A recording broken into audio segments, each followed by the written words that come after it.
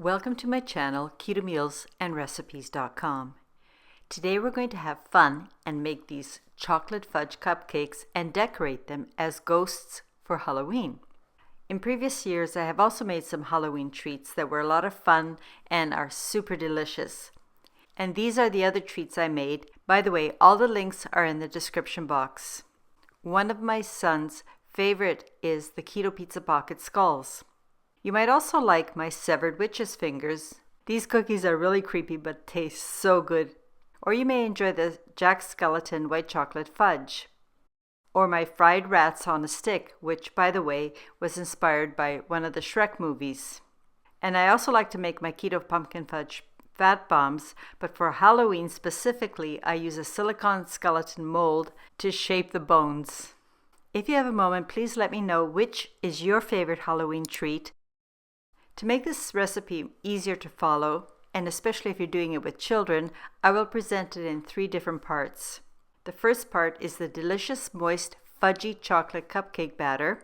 The second part is the delicious mascarpone frosting and the googly eyes. And the last part is how to decorate. To continue, for your information, the macronutrient ratio for the chocolate fudge cupcake is 5.2 to 1, with 6.1 grams of total carbs, 1.7 grams of soluble fiber, 0.5 grams of insoluble fiber, resulting in 3.8 grams of net carbs per cupcake with the frosting.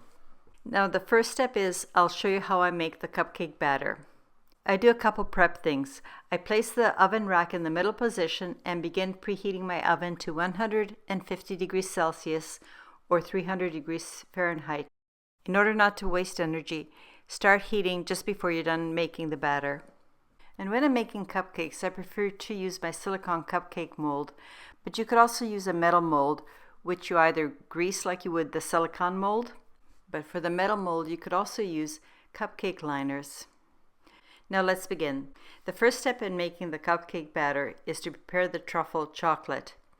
I do this by placing all the ingredients into a heat-proof bowl. The order you add the ingredients doesn't matter, but I started with adding my unsalted room temperature butter. Then I poured in my heavy whipping cream, my vanilla, the Dutch processed cacao powder. I'm also adding instant coffee powder because the coffee powder boosts the flavor of the chocolate, but don't worry, you will not taste the coffee. And sweetener, which I ground to a confectioner powder. Next, place the bowl over a small pot of simmering water, in other words, a bain-marie or a double boiler. Because I prefer this technique, it's less likely that I will burn or scorch my ingredients. And all you have to do is just cook until the ingredients are well combined, and when you test the chocolate, there is no grittiness. The texture, when rubbed between the fingers, should be very smooth. At that point, you simply take the bowl off the double boiler and set it aside on your counter to cool. To make the rest of the batter, I separate the eggs, place the whites into my mixer bowl, and the yolks into a second smaller bowl. As always, to ensure that I don't contaminate my egg whites with a bit of yolk, I use a separate small bowl to start the separation, like this. Then whip the egg whites to a slightly frothy stage. At that point, start drizzling in the sweetener and continue whipping to a stiff peak stage. And then set this aside for a moment. Back to the chocolate truffle bowl. Add your egg yolks and whisk to combine into a homogeneous mixture. Place a fine mesh sieve over this bowl and drop in your almond flour, coconut flour, finely ground salt. Use a whisk or stir with your fingers to sift directly into the chocolate truffle mixture, and fold to combine all the ingredients. At this point, you have a choice. You can either use avocado oil or refined coconut oil, which you have melted. Pour it into the bowl and stir until it's well incorporated into this truffle mixture. Scoop out about a quarter of the whipped egg whites and drop it into the bowl with the chocolate batter mixture and whisk vigorously to combine. This will loosen the batter. Add the rest of the egg whites into the bowl and gently fold or blend with a thin spatula or a balloon whisk, either a manual one or the one you use for your stand mixer. And do this gently so that you do not deflate the egg whites in the batter. And when you're folding in the egg whites, make sure you also scoop from the bottom because the chocolate is quite heavy and it settles down there. And you want to make sure that all the egg whites and the chocolate are well combined. However, once you've got it combined, don't over mix because that will deflate your batter and make the cupcakes denser. As I mentioned, I do prefer to use my silicone molds whenever I'm making cupcakes, which I grease with unsalted butter or refined coconut oil. And don't over grease. You want a very light coating on each of the cavities. And before I add the batter, to make it easier to transport the mold from my counter to the oven, I place my silicone molds onto a baking sheet or a metal cookie tray like this one. Everything's ready to go, so now I'm going to scoop out about 1/3 of a cup of batter and pour it into each of the cavities. As I'm doing that, I notice I was a bit too generous with the first few fillings, so I'm simply going to adjust it by spooning out from the overfilled ones into the ones that need a little extra batter. The goal is to try to ensure that each of the cupcakes has about the same amount of batter, because you want the cupcakes to be the same size. Now we're going to place this tray into my preheated oven and bake for 20 to 25 minutes. But before you remove the cupcakes from the oven, get a toothpick, test with the toothpick to make sure the cupcakes are done. If not done, continue baking for 1 to 5 minutes until the toothpick comes out relatively clean. Moist is okay, but do not overbake as it will make the cupcake dry out too much. Remove the cupcakes from the oven and let them rest for about 10 minutes. Then take them out of the mold and transfer them to a cooling rack. When your cupcakes have reached room temperature, put the cupcakes into the refrigerator until the cupcakes are completely cooled. It's really important that the cupcakes are chilled before you begin frosting. While the cupcakes are chilling, you have time to do step 2, which is to make the mascarpone whipped cream frosting and the googly eyes. And to make the googly eyes, it's quite easy. I use sugar-free white chocolate chips, whichever you prefer. I also melt a little bit of my baker's chocolate, and I'm going to use this to make the pupils, which you can do in several different ways. One method is to dab the back of a teaspoon into the melted chocolate, then gently tap the tip of your white chocolate. If you're not comfortable with that method, another way you can do it, use a toothpick dipped in dark chocolate to place some on the tip of the chip. I found that both of these methods work. Just take your time. Once you have completed all your googly eyes, place them on a little tray and refrigerate until they're needed. If you're wondering why go to all this trouble and make your own googly eyes, it's because the store-bought googly eyes are made with sugar.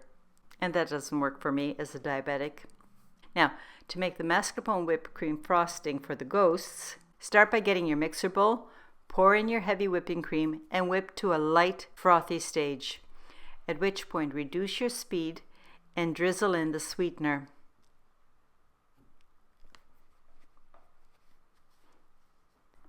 Then immediately start adding the mascarpone as you continue to whisk at low speed for about 1 minute.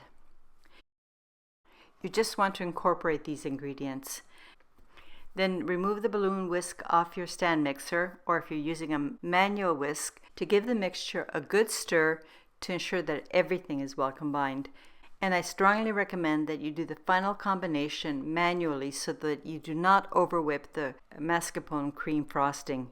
Overbeating will turn this really delicious frosting into an overly sweet batter, and it won't work for frosting. Because I'm not quite ready to decorate, I'm going to cover the bowl with cling wrap and place this into the refrigerator. By the way, FYI, the mascarpone cream frosting is the frosting I prefer to use for this recipe because it complements the chocolate fudgy cupcake. You could substitute the frosting with Swiss buttercream frosting instead. That's up to you. Now for step 3, the fun part. Everything is well chilled and ready, so I'm going to decorate the cupcakes. When the cupcakes are completely cooled, and place one on your tray to start decorating. For best results, you will need a piping bag, which you cut a fairly large hole, or better yet, use a Wilton 1A tip which is what I'm going to use. Okay, place the piping bag in a tall glass and fill the bag with the mascarpone frosting. Get your nicely chilled cupcake, squeeze out the frosting to encircle the perimeter. Then fill in the center and make 2 more smaller and smaller concentric mounds. Bring your tip to the center and quickly lift, and this will make a nice point for the ghost's head. And here you have the body of the ghost. These cupcakes, as they are, without the googly eyes and the mouth, are perfect for any occasion, or just because you enjoy them. Since I'm going to continue and make these ghosts for Halloween, I'm going to place the eyeballs in position. And I place them in the middle third or the top concentric circle. To make the mouth, you get the remaining dark chocolate, which is mostly solid at this point, and take a little bit, roll it between your fingers to make an oval. This is the mouth. Then place the mouth in place. Alternatively, you could get a sugar-free dark chocolate chip and place the pointy side in to make the mouth.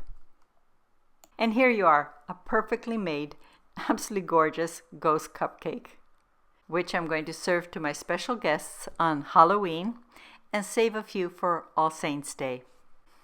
Whether you make these cupcakes and decorate them for Halloween or keep them plain for any occasion, I hope you enjoy these delicious moist cupcakes.